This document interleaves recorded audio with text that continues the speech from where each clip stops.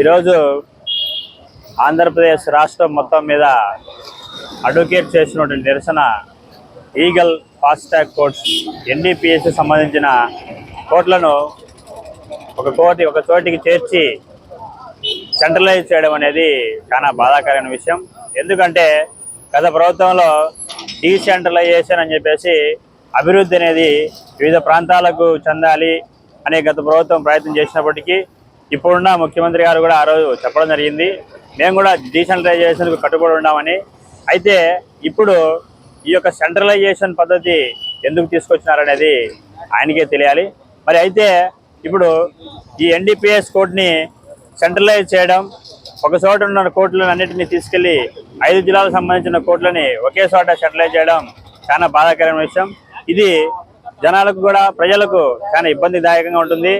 దూర ప్రాంతాల నుంచి కోర్టుకు అప్పీర్ కావాలన్నా, అలానే అడ్వకేట్స్ అప్పీర్ కావాలన్నా కూడా చాలా కష్టమైన తరుణం. కాబట్టి ఈ యొక్క 145 జీవో ఏదో తీసుకొచ్చారో అసలు దానికి విలువలేని జీవోని తీసుకొచ్చి ఒకసాటికి క్రోడీకరించి ప్రవేశపెట్టి ఈ కోర్టులను తరలించడం అనే ప్రక్రియను వెంటనే విరమించుకోవాలి. లేకపోతే కన్నా ఫ్యూచర్లో ముందున అడ్వకేట్స్ ఆంధ్రప్రదేశ్ ఉన్నటువంటి ప్రతి ఒక్క అడ్వకేటు ఉద్యమించి రోడ్లపైకి రావడం, ఉద్యమాన్ని తీవ్రతం చేయడం జరుగుతుంది. అలానే ఇందులో ప్రజా సంఘాలను రాజకీయాలను కూడా ఇన్వాల్వ్ చేయకముందే, దీన్ని పొలిటికల్ ఇష్యూ చేయకముందే, ఒక పబ్లిక్ ఇష్యూ చేయకముందే దీన్ని ముందు ఆలోచించుకొని ఈ అడ్వకేట్స్ యొక్క ఉద్యమాన్ని గుర్తుంచుకొని ఈ యొక్క 145 జీవోను రద్దు చేసే దిశగా ప్రభుత్వం చర్యలు తీసుకోవాలని హెచ్చరిస్తున్నాం. న్యాయవాదుల ఐక్యత వర్ధిల్లాలి, న్యాయవాదుల ఐక్యత వర్ధిల్లాలి, న్యాయవాదుల ఐక్యత వర్ధిల్లాలి. న్యాయ వ్యవస్థలో అత్యంత బాధాకరం, రాష్ట్ర ప్రభుత్వం కానీ కేంద్ర ప్రభుత్వాలు కానీ న్యాయ వ్యవస్థ పరిధిని క్రమేణా తగ్గిస్తూ వస్తున్నాయి. న్యాయ వ్యవస్థ ప్రాధాన్యతను, న్యాయస్థానాల ప్రాముఖ్యతను తగ్గిస్తూ చాలా న్యాయ పరిపాలనను నిర్లక్ష్యం చేస్తున్నాయి. ఇది చాలా బాధాకరం. ఏ సమస్య పరిష్కారానికైనా కానీ, ప్రజల ఫిర్యాదులకు కానీ అంతిమంగా పరిష్కారం కోసం ప్రజలు న్యాయస్థానాన్ని ఆశ్రయించే విధంగా భారత రాజ్యాంగాన్ని రూపకల్పన చేశారు. అయితే క్రమక్రమంగా న్యాయ వ్యవస్థను, న్యాయస్థానాల పరిధిని నిర్వీర్యం చేస్తూ రాష్ట్ర ప్రభుత్వాలు తీసుకువస్తున్న మార్పులను తీవ్రంగా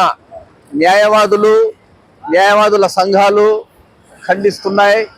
అలాగే కాంగ్రెస్ పార్టీ కూడా ఈ ఈగల్ కోర్టు బదిలీని తిరుపతిలో ఏర్పాటు చేయడాన్ని తీవ్రంగా ఖండిస్తోంది. న్యాయవాదుల పోరాటానికి రాష్ట్ర కాంగ్రెస్ పార్టీ పూర్తిగా మద్దతిస్తుంది. న్యాయవాదులు కడప బార్ అసోసియేషన్ ఆధ్వర్యంలో గత కొన్ని రోజుల నుండి ఈ ఈగల్ కోర్టు బదిలీని తిరుపతిలో ఏర్పాటు చేయడాన్ని తీవ్రంగా నిరసిస్తూ రిలే నిరాహార దీక్షలు చేస్తున్నారు. కోర్టులో న్యాయవాదులు తమ విధులను కూడా బహిష్కరించి నిరసన తెలియజేస్తున్నారు. అయినప్పటికీ రాష్ట్ర ప్రభుత్వం కానీ కేంద్ర ప్రభుత్వం కానీ నిమ్మకు నీరెత్తనట్లు వ్యవహరించడం అమానుషం, చాలా దారుణం. ఈ ప్రభుత్వ నిర్లక్ష్యాలను కూడా తీవ్రంగా ఖండిస్తున్నాం. న్యాయ వ్యవస్థ ప్రాముఖ్యతను తెలుసుకుని కూడా తమ రాజకీయ ప్రయోజనాలకు, తమ స్వార్థ ప్రయోజనాలకు ఈ రాష్ట్ర ప్రభుత్వం, కేంద్ర ప్రభుత్వాలు తమ ఇష్టం వచ్చిన రీతిలో ప్రాంతాల మధ్య అసమతౌల్యాన్ని తీసుకురావడానికి ప్రయత్నిస్తూ రాజకీయ విభేదాలను సృష్టిస్తున్నాయి.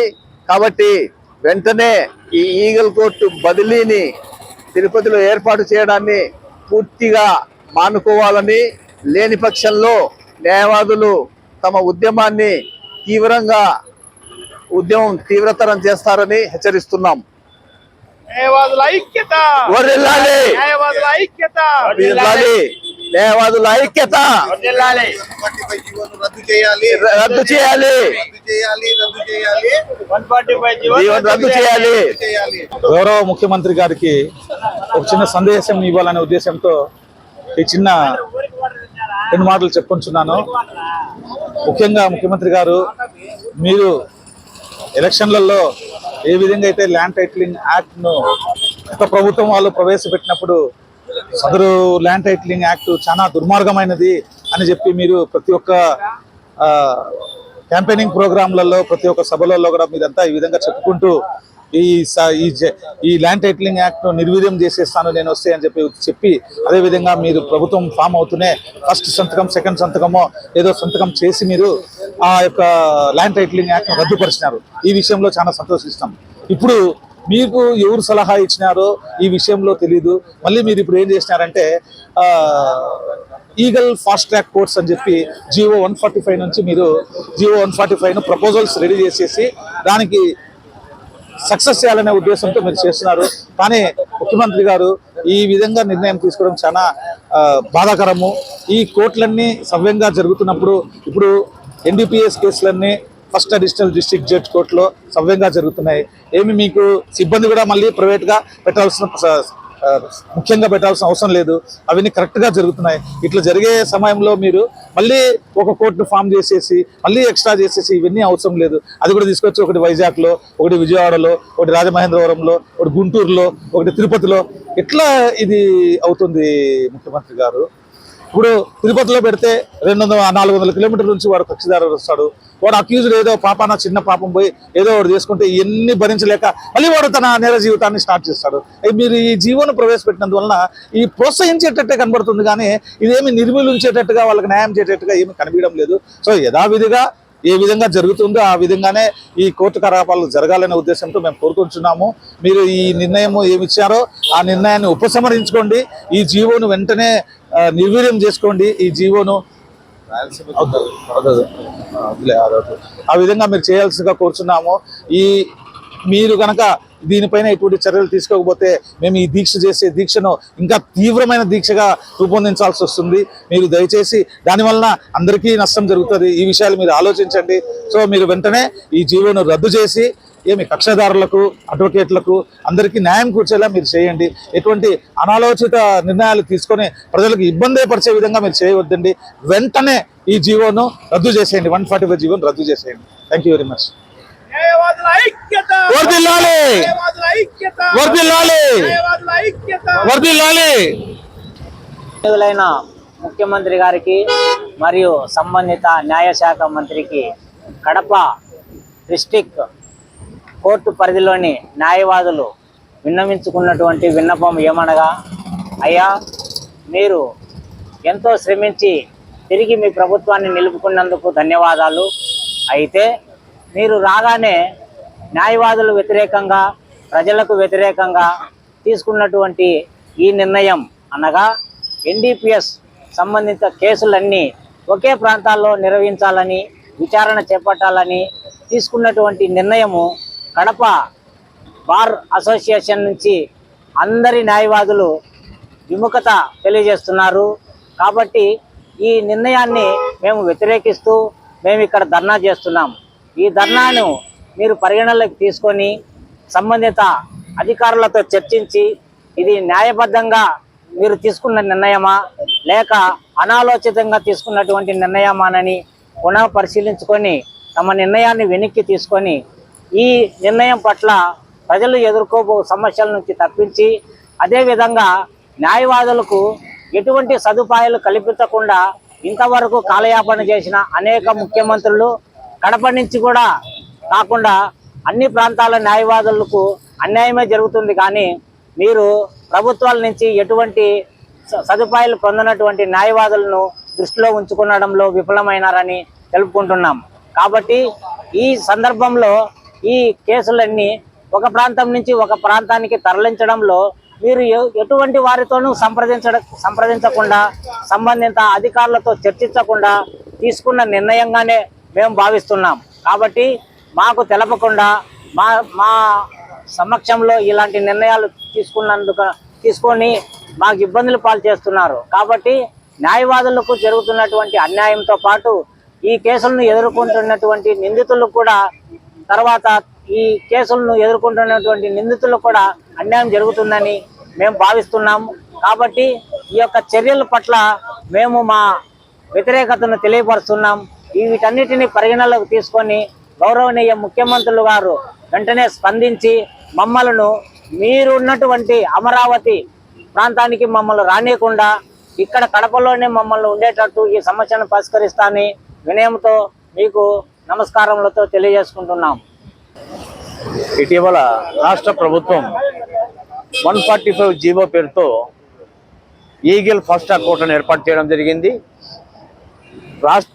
రాష్ట్రంలో ఉన్నటువంటి అన్ని జిల్లాల్లో ఉండే కేసులను కేవలం 5 జిల్లాలకు పరిమితం చేయడం ఈ 145 GO eagle fast track court యొక్క లక్ష్యం. మరి ఈ లక్ష్యాన్ని చేరుకోవడంలో ప్రభుత్వ ఉద్దేశం ఏదంటే సత్వరంగా ఎన్డీపీఎస్ కేసులను పరిష్కరించడం కోసమే ఇది పెట్టామని చెప్తున్నారు. ఇది పూర్తి అసంబద్ధమైనటువంటి వాదన. మరి ప్రతి జిల్లాలో ఒక ఫాస్ట్ ట్రాక్ కోర్టు ఉంది, స్పెషల్లీ డిసిగ్నేటెడ్ కోర్టు ఉంది ఎన్డీపీఎస్ యాక్ట్ కేసులను పరిష్కరించడానికి. 13 జిల్లాల్లో ఉండే కోర్టులను తీసేసి 5 జిల్లాలకు పరిమితం చేసి మరి మేము పరిష్కరిస్తామనడంలో ఏమాత్రము న్యాయసమ్మతమైంది కాదు ఇది. మరి మేము న్యాయవాదం చేస్తున్నటువంటి ఈ సమ్మె కేవలం న్యాయవాదం కోసం కాదు, ఇది ప్రజా సమస్య కాబట్టి న్యాయవాదులంగా మా సామాజిక బాధ్యతను నెరవేర్చడానికి, ఆ ప్రజల ఇక్కట్లను తీర్చడానికి మేము ఈ సమ్మెలో పాల్గొనడం, నిరాహార దీక్షలు చేయడం, మా నిరసనను వ్యక్తం చేస్తూ వస్తున్నాం. మరి ప్రభుత్వం దీన్ని పరిగణలోకి తీసుకోవాలి. మరి ఈ దినం ఎన్డీపీఎస్ యాక్ట్లో ముద్దాయిలను చూస్తే మొత్తం దోషులందరూ కూడా చాలా పేద వర్గాలకు చెందిన వాళ్ళు ఎంతో ఖర్చు పెట్టి అంత సుదీర్ఘ ప్రాంతాలకు 400-500 కిలోమీటర్లు ప్రయాణం చేసి తమ కేసులను పరిష్కరించుకోవడం అంటే తిరిగి వాళ్ళు తమ దొంగ ప్రవృత్తికి లేదా ఎన్డీపీఎస్ యాక్ట్ నేరానికి పాల్పడడం తప్ప మరొకటైతే కాదు. ఇది అటువైపుకు నెట్టివేస్తుంది ప్రభుత్వం. మరి ప్రజలకు మేము బడ్డను తీరుస్తాం, వాళ్ళ మీద ఎటువంటి బాధ్యతలు పెట్టము, బరువు బాధ్యతలు పెట్టమని చెప్పిన ప్రభుత్వం ఈరోజు అనేక రకాలుగా పెడతా వస్తుంది. మరి గతంలో కూడా ల్యాండ్ టైటిలింగ్ యాక్ట్ అనేది ప్రజా వ్యతిరేక చట్టమని న్యాయవాదులు మేము తీవ్రంగా ఆందోళన వ్యక్తం చేశాం.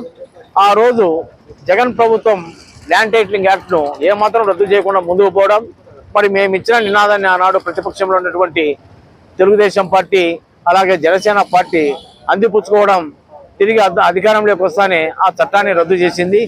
మరి ఆ రోజు ఆ చట్టం ప్రజా వ్యతిరేక చట్టం అయితే ఈరోజు మీరు చేస్తున్నటువంటి జీవో 145 కూడా పూర్తి ప్రజా వ్యతిరేకమైంది. కాబట్టి మేము సవినయంగా విజ్ఞప్తి చేస్తున్నాం, మీకు ఎటువంటి పరిస్థితుల్లో జీవో 145 వెనక్కి తీసుకోకపోతే మా పోరాటాన్ని ఉధృతం చేస్తాం. మీరు ఖచ్చితంగా జీవో 145 రద్దు చేయండి. మరి జిల్లాలో అనేక సెషన్స్ కోర్ట్స్ ఉన్నాయి. దీని యొక్క పరిధిని ఎన్డీపీఎస్ నేర పరిష్కార పరిధిని అన్ని సెషన్స్ కోర్ట్స్కి ఇవ్వండి. మరింత సత్వరంగా ఇది పరిష్కారం అవుతుంది. మరి ఒక కడప జిల్లాలోనే తీసుకుంటే దాదాపు 5 సెషన్స్ కోర్ట్స్ ఉన్నాయి జిల్లాలో వివిధ ప్రాంతాల్లో. 5 సెషన్స్ కోర్ట్స్ కూడా డిసిగ్నేటెడ్ కోర్ట్స్గా మీరు మారిస్తే ఈ కేసులు సత్వర పరిష్కారం అవుతుంది అనేది మేము సూచిస్తున్నాం. మా సూచనలు మీరు పాటించకపోతే మరి ల్యాండ్ టైటిలింగ్ యాక్ట్ ఎట్లయితే మా సూచనలు మా ఆందోళనలో పాటించని ప్రభుత్వాలు ఏ గతి పట్టినాయో మీకు అదే గతి పట్టచ్చు అనేది మేము ఈ సందర్భంగా హెచ్చరిస్తా ఉన్నాం. ఎవరి ఆలోచన తీసుకోకుండా సొంత నిర్ణయంతో ఉన్న చోట నుంచి ఇంకొక చోటుకి కోర్టు మార్చడం అనేది సబబు కాదు. ఎందుకురా అంటే ముద్దాయిలు కానీ వకీళ్ళు కానీ ఉన్న చోట నుంచి వేరే చోటికి ఇంకా దూరం పోయి చేయాలి అంటే చాలా కష్టం అవుతుంది. ఇవన్నీ మీరు ముద్దాయిలను కానీ ఎంకరేజ్ చేసినట్లు అవుతుంది. ఎందుకురా అంటే వాళ్ళు ఏదో డబ్బుల కోసం చేసి దొరికింటారు. ఇలా దూర ప్రయాణాలు భారాలు చేసి మరి కొంచెం సంపాదించాలనే దురుద్దేశంతో మళ్ళా అదే బాట పట్టుతారు. కాబట్టి 145 జీవోను రద్దు చేయాలని గవర్నమెంట్ వారిని మనస్ఫూర్తిగా కోరుకుంటున్నాను.